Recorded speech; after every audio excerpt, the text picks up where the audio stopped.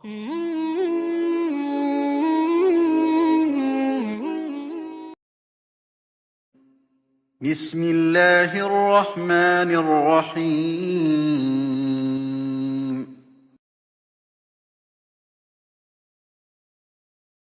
Assalamualaikum warahmatullahi wabarakatuh. Alhamdulillah. Yuk anak sekalian, sahabat Yen bisa diambil dibuka buku kemuhammadiyyahan kelas 4 ya, bagus. Baik, sedikit Pak Yen akan memberikan penjelasan ya. Kelas 4 sudah bisa berpikir dengan baik. Yang itu kita ambil apa anak sekalian? Nih, judulnya adalah, kalau buka buku coba ambil baca buku halaman 50. Apa coba? Nih, pembaruan di dalam Muhammadiyah. Baik anak sekalian, sedikit mengapa Bapak Kyai Haji Ahmad Dahlan kok mendirikan Muhammadiyah? Mungkin kalau tidak ada Muhammadiyah, tidak ada SD seperti ini, SMP Muhammadiyah. Kita adanya SD Muhammadiyah juga karena jasa Bapak Kyai Haji Ahmad Dahlan mendirikan Muhammadiyah. Akhirnya sekarang berdirilah dari TK, namanya ABA, SD Muhammadiyah di mana-mana, SMP, SMA, perguruan tinggi, SMK Muhammadiyah. Inilah. Nah, kenapa Bapak Kyai Haji Ahmad Dahlan itu kok mendirikan Muhammadiyah? Ada dua sebab. Satu, zaman dahulu Muhammadiyah belum udah seperti sekarang ini. Apa sebabnya? Satu, adanya sebab internal dari dalam. Pak Kyai Ahmad Dahlan merasakan sebabnya ketidakmampuan amalan Islam, tidak ada kemurnian amalan Islam yang masih berpengaruh keyakinan dan budaya dari luar Islam yang tidak berdasar pada Al-Quran dan As-Sunnah. Anak tahu enggak sejarahnya? Pernah lihat film enggak? Sang Pencerah. Dulu kan Islam itu dimasuk Indonesia Rondo Keri terakhir, akhir lah.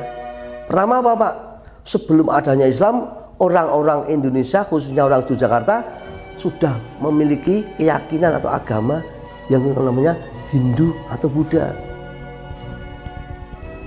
Nah, Hindu Buddha dia sudah masuk ke dalam pendidikan bapak-bapak dan sampai anak-anak turunnya. Pak Ahmad Dahlan ingin menyamakan Islam. Melihat ada bapak yang ada sebagian, ada yang sholat, bar sholat masih tidak malam Jumat itu malah dari malam Jumat itu ibadah membaca Al-Quran. Surat Al-Kahfi, malah membawa apa? Orang baca Al-Kahfi, baru sholat Isya, siap-siap di rumah membawa bunga sesaji ditaruh di bawah pohon.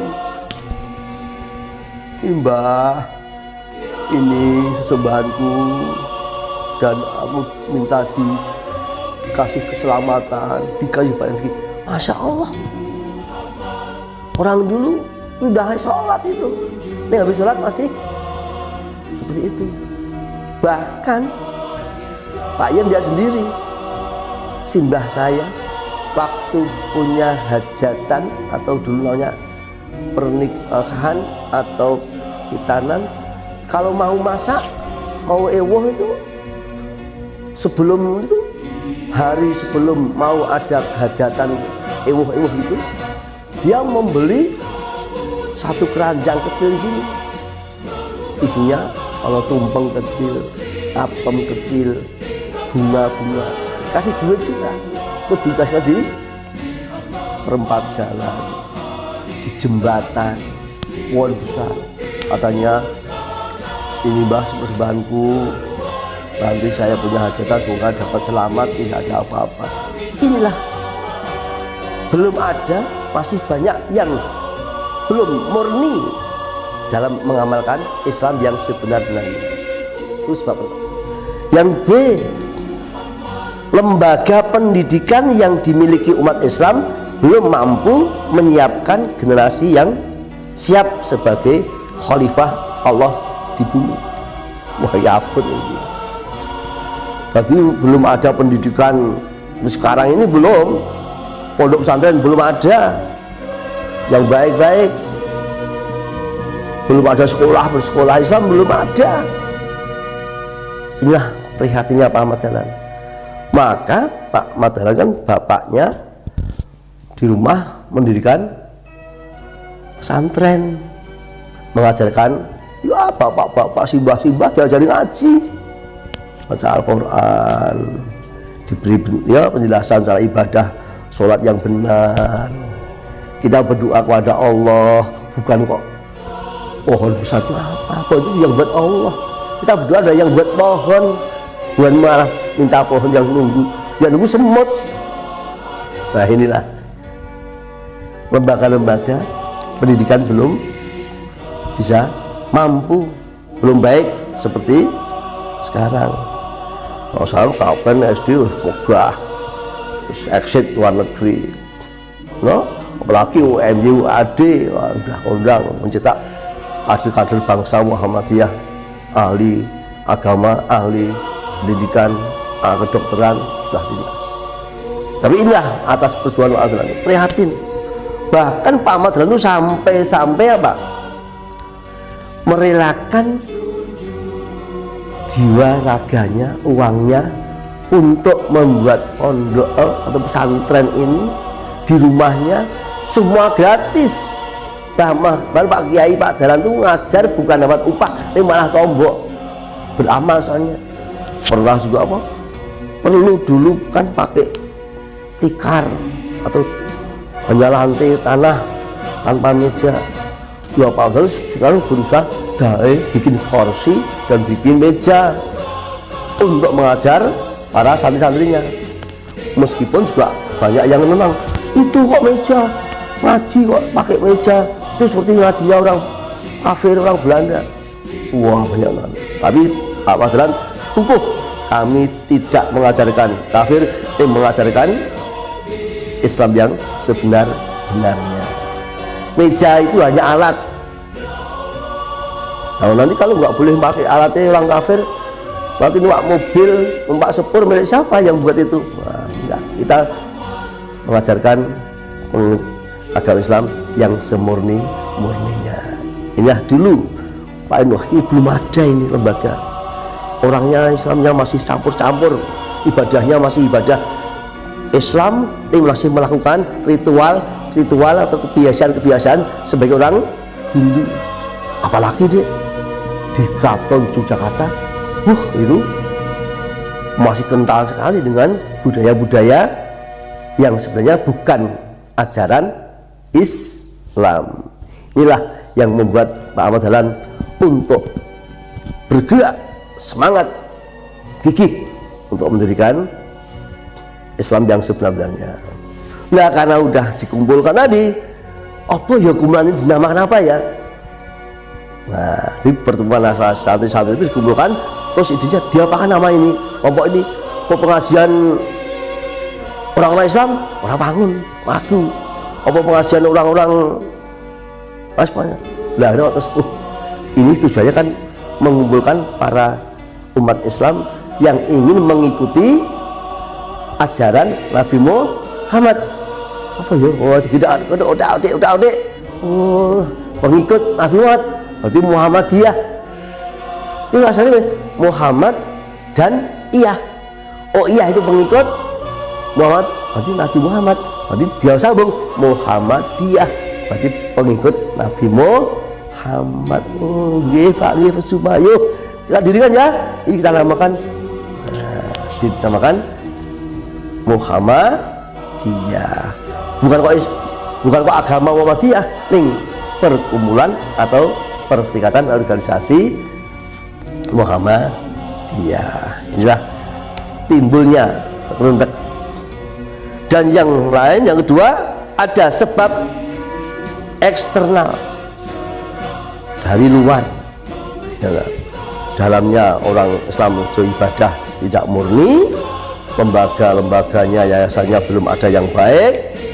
Lah ada pihak luar yang menyerang kita, menyerang Islam. Yang nyerangnya nggak pakai bom, nggak pakai tembakan. Nah, itu apa? Sebab internal namanya, eksternal namanya, dari luar. Semakin apa? Gencarnya kristenisasi pada masyarakat. Ya, Hindu ganti ke Islam mau masuk, orang Kristen maaf ini juga sering datang ke rumah-rumah. Mbah, Ibu, Bapak, kenapa Mas? Ini masak apa? Nah, nggak ada dimasak, Mas, hanya nasi doang sama garam. Ini Mas, saya kasih lauk, saya kasih makanan. Oh iya, orang bisa itu nanya misi jending dulu. Jadi orang-orang kampung-kampung itu dipalani di rumah, dikasih makanan sing enak-enak setiap hari. Nah, nanti kalau setiap minggu boleh nggak mau ke rumah saya? Di mana? Sana loh. Oh iya iya. Diajak ke rumah. Pada minggu. Nah, di situ dia ngomong-ngomong, diberikan pelajaran pendidikan Kristen. Wah, Pak Wadir, greget ini. Orang Kristen juga bergerak ingin mengajak warga Yogyakarta khususnya masuk agama Kristen atau Katolik. Wah, Wadir juga gini. Maka Pak Wadir juga Ahmad Dahlan juga rela sekali membantu hartanya bapaknya untuk mencukupi kebutuhan para santri-santrinya. Bahkan baju sarung diberi, karena orang dulu masih miskin-miskin. Ya. Terus selain kristenisasi, nih penjajah terhadap bangsa Indonesia yang dilakukan oleh bangsa lain. Wah, wis orang kristenisasi, bongkai pangan, bujuk-bujuk makan untuk masuk agama Nasrani. Pas ada penjajahan Belanda. Belanda juga menjajah kita, semakin Indonesia semakin banyak yang kelaparan, kemiskinan, sengsara hidupnya. Penjajah itu apa tak? Penjajah itu orang bangsa orang asing, Belanda itulah, datang ke Indonesia, ingin mengambil semua hasil bumi Indonesia, bahkan mau memimpin semua bangsa kemanusiaannya, sudah bekerja, hasil kerjaannya harus disetorkan kepada Belanda. Nah, ini mas cerita yang saya dulu pernah, bapak saya itu pernah ini kan dulu kalau ada orang laki-laki diminta untuk ikut berjuang jadi tentara gratisan, ini akhirnya sampai mati. Nah, bapak saya itu oleh simbah saya pas ada Belanda datang punya anaknya, bapak saya dikuburi, di make upi, terus dikasih baju jarik. Nah, wedok terus Bani Marut ambil. Nah, ya Pak, ya kok Rinjoma datang ke rumah. Mana putranya? Bahasa Belanda tuh, oleh bahasa Jawa ngomong ini saya satu-satunya. Lagi mau perempuan itu. Ini putri perempuan. Mana lakinya? Enggak punya. Marut dulu, Marut. Dia Marut. Oh ya udah. Nek laki orang untuk di situ ditarik, dididik untuk menjadi tentara gratisan. Nah, inilah berjuang ke Belanda. Bagus. Inilah Islam terdesak,nya adanya kristenisasi, yang A, yang B, penjajah Belanda. Yang ketiga, yang C, pengaruh pemikiran tokoh-tokoh pembaruan Islam dan tokoh-tokoh kebangsaan. Nah, para tokoh-tokoh Islam di luar negara kita masih belum sepakat, belum kompak, masih ya membuat gaduh terhadap ajaran Islam. Nah, kita satukanlah inilah Pak Wadalan, ada dua sebab inilah untuk menggerakkan hati Pak Wadalan untuk segera mendidik orang Islam di bangsa kita, khususnya di daerah istimewa Yogyakarta. Itu satu apa yang membuat Pak Wadalan mau mendirikan ini, dasarnya apa, sebabnya apa? Dua, sebab internal dan sebab eksternal. Yang jelas itu semua juga didasari oleh Al-Quran, Al-Imran ayat 104. Inilah yang sekarang mendirikan tujuan apa? Amar ma'ruf nahi mungkar. Amar ma'ruf, mengajak kebaikan, kebenaran, ajaran Islam yang semurni-murninya sesuai dengan tuntunan Nabi Muhammad Sallallahu Alaihi Wasallam. Mencegah kemungkaran, yang ini lagi, siapa yang mengajak kesedihan kita lawan. Meskipun wah ceritanya ngeri itu. Sampai Pak Ahmad Dahlan itu mendirikan pondok, mendirikan musola atau masjid dimusuhi oleh orang-orang sepuh, dulu dibilang kiai sepuh yang masih pemikirannya belum murni agama Islam. Pondok atau masjidnya Pak Ahmad Dahlan dirobohkan, dibakar. Pak Ahmad Dahlan hampir saja putus asa, tapi diberi semangat oleh kakak-kakaknya dan orang tuanya. Inilah, yuk, akhirnya Pak Ahmad Dahlan berhasil menentang atau menghalau dua sebab itu. Akhirnya berdirilah Muhammadiyah pada tanggal 8 Zulhijjah 1330 atau 18 November 1912 Masehi. Baik. Nah, kemudian setelah dasar itu apa yang dilakukan kemudian Pak Ahmad Dahlan?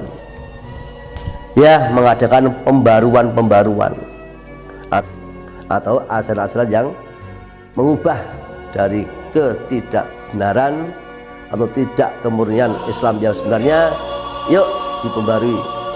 Ada satu pembaruan bidang agama, itu bidang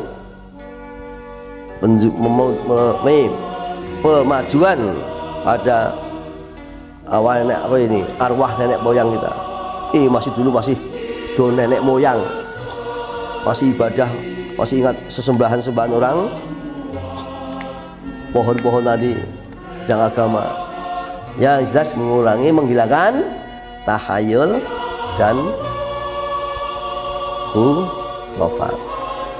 Tahayul, di pohon ada yang menunggu, bahkan ini khurafat sekarang masih banyak di keraton tuh, punya keris, ini ke sini bisa sakti, ini ke sini bisa minta kaya, minta pinter.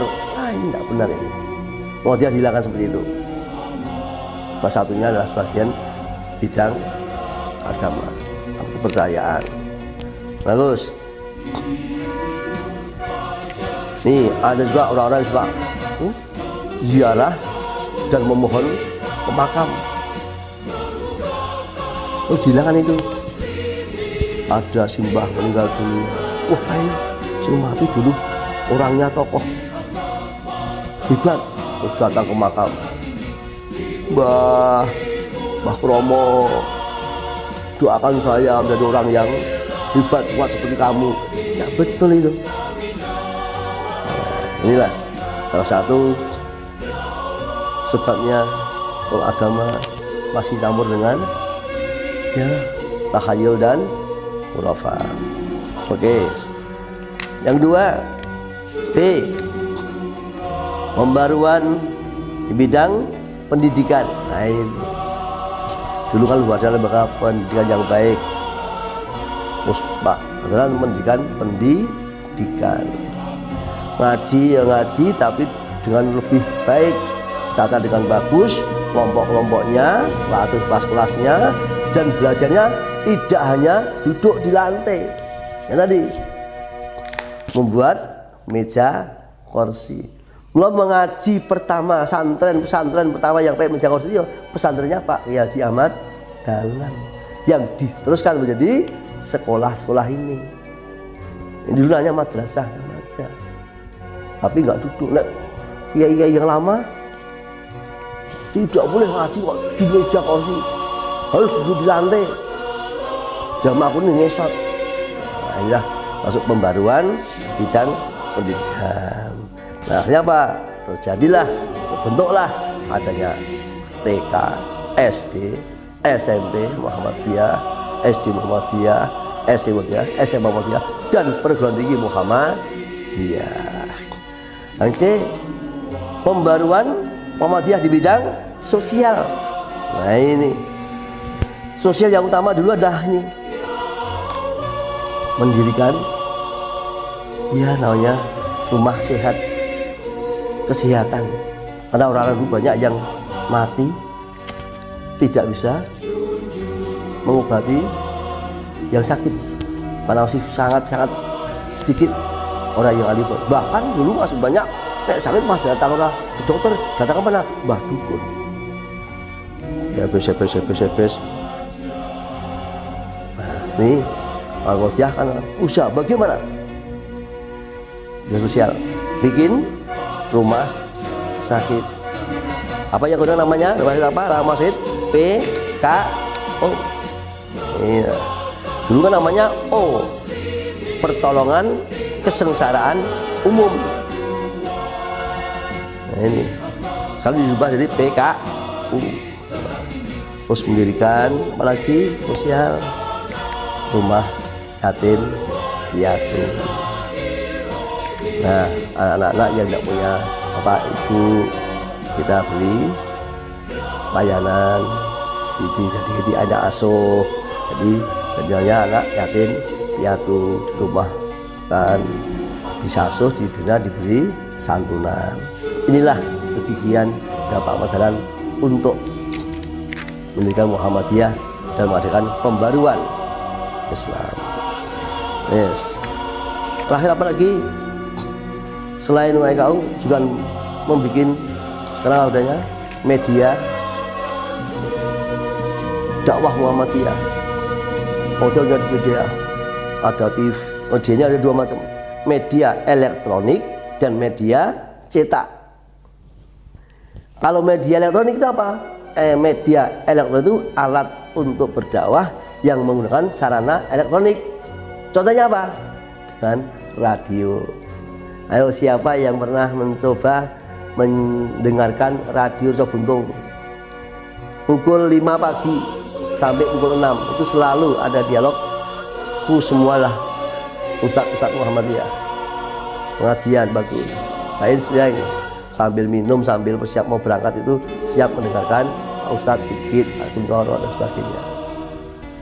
Dicetak, bisa TV, nah, TV bagus di mana-mana. Ambil pengajian. Siapa yang aktif hari Sabtu TVRI ada pengajian, Ahad TV One dan sebagainya. Jadi jangan TV yang dilihat, lihat filmnya saja. Ini juga TV juga media cetak elektronik, bisa media dakwah di Muhammadiyah. Terus dia media cetak apa itu Pak? Media cetak itu berdakwah dengan alat cetakan atau buku. Nah, ini masuk dicetak Muhammadiyahan. Tapi yang paling kondang adalah punya majalah. Apa itu Pak? Majalah yang namanya majalah Suara Muhammadiyah. Wah, ini siapa yang pernah melihat majalah Suara Muhammadiyah? Inilah seluruh Indonesia, semua lembaga pendidikan Muhammadiyah pasti berlangganan Suara Muhammadiyah, di majalah Muhammadiyah. Inilah media cetak untuk sarana berdakwah. Nah, inilah anak sekalian sedikit kisah berjuang Muhammadiyah, dan kita harus mengucapkan syukur pada Allah SWT atas terbentuknya organisasi Muhammadiyah dan mengucapkan terima kasih sampai sekarang masih kita ingat terus pada siapa? Bapak Kiai Haji Ahmad Dahlan sebagai pendiri Muhammadiyah. Baik, sekian dulu. Nah, salah satu contoh aja lah Jadi apa sedikit yang kita sebagai suri tauladan, kita tauladani Pak Ahmad Dahlan?